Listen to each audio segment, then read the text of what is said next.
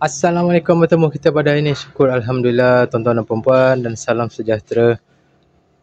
Hari ini 9 hari bulan 6, jam hampir pukul 1. Okey. Hari ini saya nak share sebiji mesin model semi auto. Ni jenama Sharp. Nombor modelnya EST 1216 berkapasiti 12 kilo. Okey, owner cakap dekat kita mesin ni waktu basuh dia cakap dah tak kuat. Waktu spin pun sama, dia cakap dah tak kuat. So kita test dululah, kita cuba on, kita tengok apa masalah dia. Okay, supply saya dah on. Kita pergi ke mode wash dululah. Saya on timer. Okay, starter dah running. Ikut jam. Lawan jam, okay, ni normal, tak ada masalah. So yang dia cakap tak kuat, okay, saya cuba tahan pakai tangan.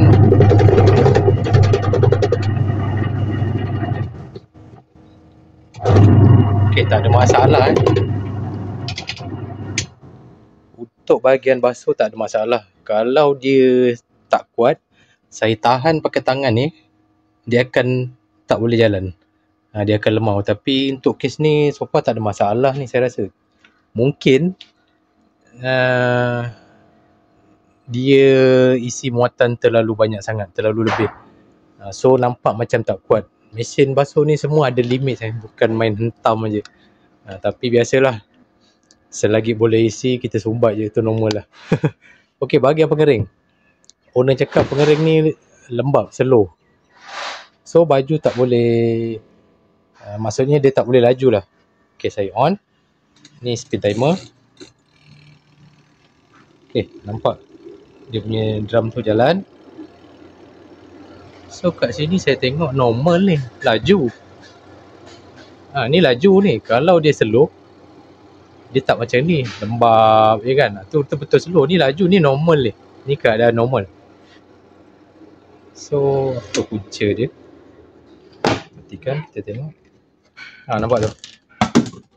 Laju. Kalau tak laju, dia slow, ataupun bila ada baju ada beban kan, dia berat, dia langsung tak gerak. Itu mungkin masalah daripada speed motor ataupun kapasitor ke, dan sebagainya lah.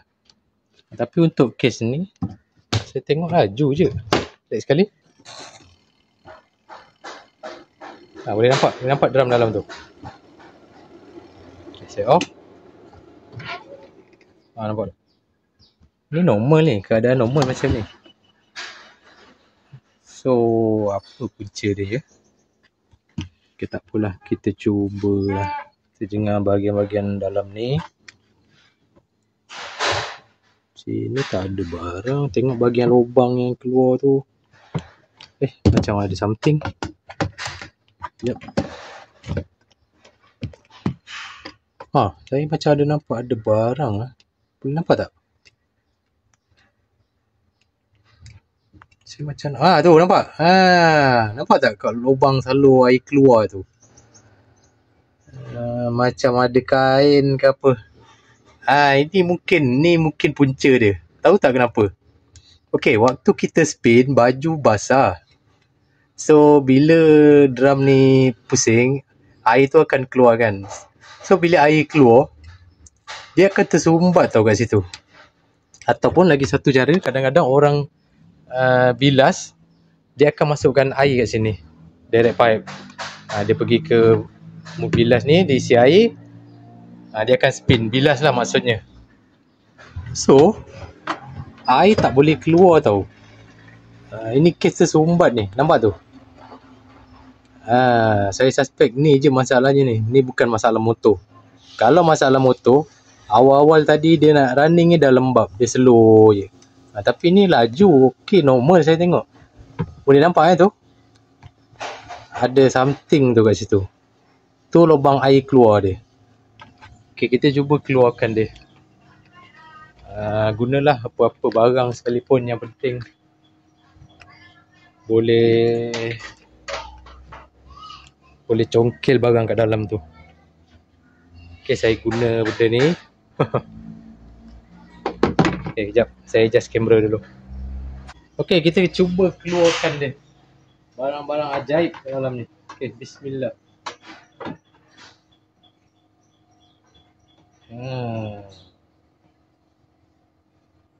Ni dia. Boleh nampak? Okey, boleh nampak? Ni macam stokin budak lah. Okey, ni je punca dia ni. Ada sampah je tersumbat dekat lubang air buang. So, kerana sebuah stokin ni, mesin jadi slow, tak boleh spin dengan normal.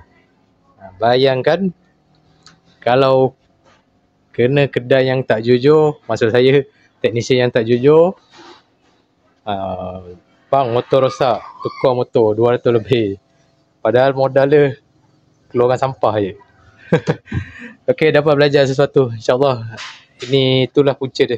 InsyaAllah tak ada masalah lain. Okey, alright, tak ada apa hal, nanti saya call owner dia suruh ambil mesin ni. Okey. Assalamualaikum. Bye bye.